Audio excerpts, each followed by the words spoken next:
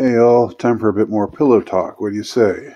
Here's my pillow, and here's the talk. I wanted to elaborate a little bit on the video that I recorded last night, where I talked about how I hadn't voted, and how I was happy that I hadn't voted. I was not ashamed at all for not having voted. And I got some interesting responses from a lot of y'all. And I want to make something clear that because I don't think I was incredibly articulate last night, but I don't know how incredibly articulate I ever am, and I don't know how incredibly articulate I'm going to be tonight. But I'll do my best, just as I always do. Let me repeat a point that I made last night, but try to be a bit more on point with the point that I made. I spoke last night of how perplexing it is and how obnoxious it is to me, perplexing and obnoxious, that the same busybodies who tell you to get the thing in your arm, who tell you to believe in the new thing, to go all out, to go whole hog, believing in the new thing, the new terror, the new trauma, whether it's some virus or whether it's Vladimir Putin invading Ukraine or whatever the next thing's going to be. The same people who are always screaming at you, screaming in your face, it seems like with one voice, hyping up the new thing. They're the same ones who are always telling us to vote, right? And they're always connected to the power, the sources of power. You see these PSAs where they're telling you to vote.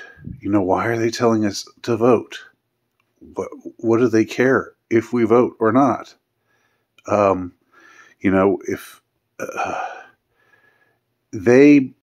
Let me put it this way. I believe that they're aware that elections are generally a sham. That's not to say that, that there isn't something, that they don't serve an important function. But the deep power goes beyond anything that has to do with elections or that has to do with voting. So voting and democracy generally is a scam in that it's something that's cooked up to make you believe or to it's a con job that's been concocted to get you to believe that the citizenry has the power, when really the real power goes well beyond. We're talking about what the Bible calls powers and principalities, thrones and dominions. Those entities don't have any relationship whatsoever with the voting ritual. Nevertheless, they want us to participate in the voting ritual because, as I said before, it's a way in which they ensnare us. Now, people vote. Lots of anti-establishment people who want to change the way things are. A lot of them vote, and they vote with the best of intentions. And I'm not taking anything away from their good intentions. But what I am saying is what it effectually amounts to is a means by which they render you complicit. And they do this in lots of ways, but this is a big way in which they do it.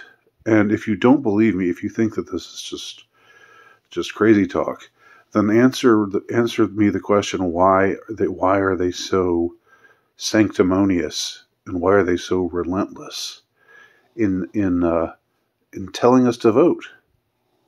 You know, if if uh, if it's just a question of bias, if it's just like we want the right people to vote for the right things, uh, then you would think that they'd be telling people, the people that they think would vote for the kind of things that they're selling. You'd think that they would focus on them and say, "Hey, you guys vote." But the other ones who aren't, who don't believe in what they're selling, you think that they would make sure to say to them, "Well, if you don't believe in this stuff, then don't vote," right? But they don't do that. They never do that. It's always just a universal injunction. It's a maxim that applies to everyone, that everyone should vote. Again, the comparison between the vote and the Baj. Somebody made this comparison in a comment. Uh, it's true, what they were telling us about the Baj. It doesn't matter what your health is like. It doesn't matter whether you're pregnant. It doesn't matter. You shouldn't be exempt. You should get it, because everybody needs to get it. Uh, and it doesn't matter if it. I could go on. Uh, the same applies to voting. No,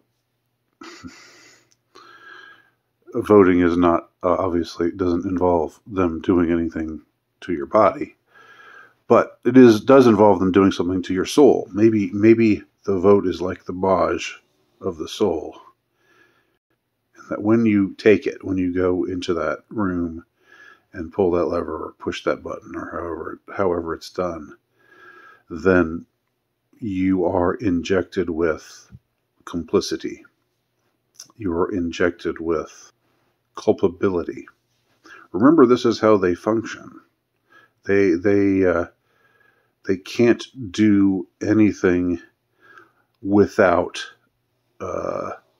indicating in some way to us things that are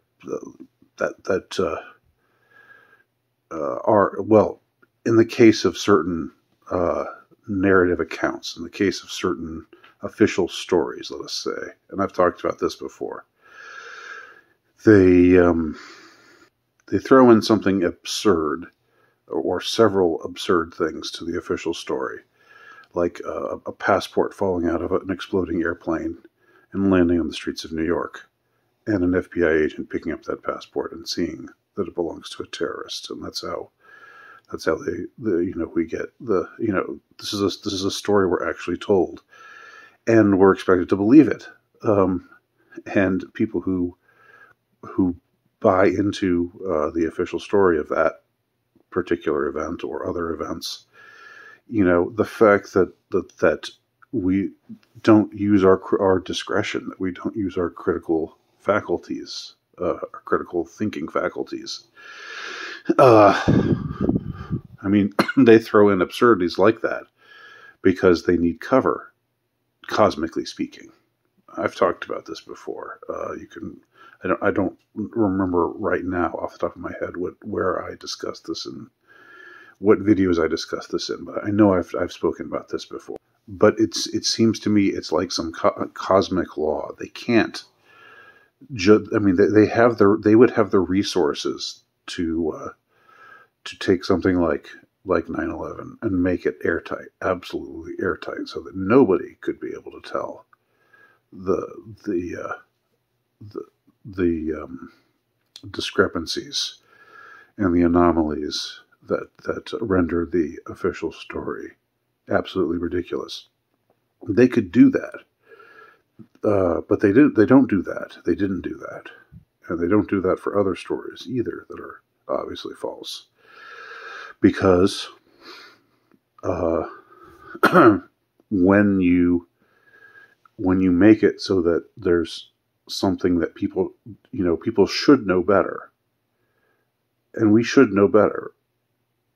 We should know better than to think that a passport can fly out of a burning airplane, can emerge unscathed from an airplane supposedly crashed into a building, and that an agent could find it on the street and identify a terrorist that way. I mean, I don't think they've never taken that back, have they? Or other things about passports that were supposedly found. Or, the stories that I've covered, the stories that I cover in my blog entitled 19 Arabs with Box Cutters. Sorry, I forgot the name of it. So go to 19 Arabs with boxcutters.blogspot.com. I also have these articles posted on my Substack page now as well. And these articles go into how, these particular individuals who are deeply involved in the cover-up, how they tell these whoppers of lies, these huge lies that cannot be true, that are obviously false, and that have proven to be false, and they just have stopped talking about it. I can't remember the names of the people that Jerome Hauer is one of them, but the big guy is the one who worked in the Bush administration and whose wife supposedly died on one of the flights, and he supposedly had a conversation with her via cell phone, and none of that holds up under scrutiny. Go to those articles and see. 19 Arabs with boxcutters.blogspot.com, or at my Substack page, andinowiki.substack.com. So voting is, getting back to voting. Voting is another way in which they get our complicity. And I think what is important to do is to make a gesture in which we indicate our defiance, our absence of our refusal to be complicit in their lies and scams and murders and atrocities and all the dark deeds that they do. So this is one more thing I wanted to just cover about the subject of not voting. I think it's important for it not to just be some kind of black pill, give up, take your ball and go home kind of gesture, like, America's beyond saving, and whatever. I'm just going to watch it crash and burn, and it's watch it reach its well-deserved demise, or whatever. I'm not saying that America or the West generally is in its current state is worth saving. So I'm not contesting that point, but I'm just saying that's not the reason. That's not a good enough reason for not voting, because if there's still, if that were your reason for not voting, then you still might as well vote. It doesn't sully your soul to vote in that case. It seems like that's more of a black pill negative kind of attitude. And what I believe that in order to be an effective gesture, the motivation has to be positive. Refusing to be complicit is a positive motivation. Refusing to be a part of a system that is deeply corrupt, that is murderous and commits horrific atrocities and then covers them up, refusing to be a part of that is a positive stance to take. It's not a walking away. It's not a taking your ball and going home kind of thing. I just think that's an important distinction to draw, because much as I enjoyed hearing some of what y'all had to say about my video that I recorded yesterday, I do think that this is an important thing to take into account. That finding little ways to render our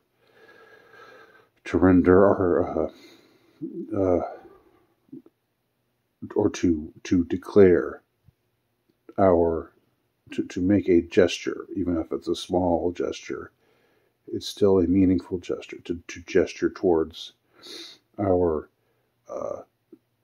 defiance towards this system and our absolute refusal to be complicit in its crimes.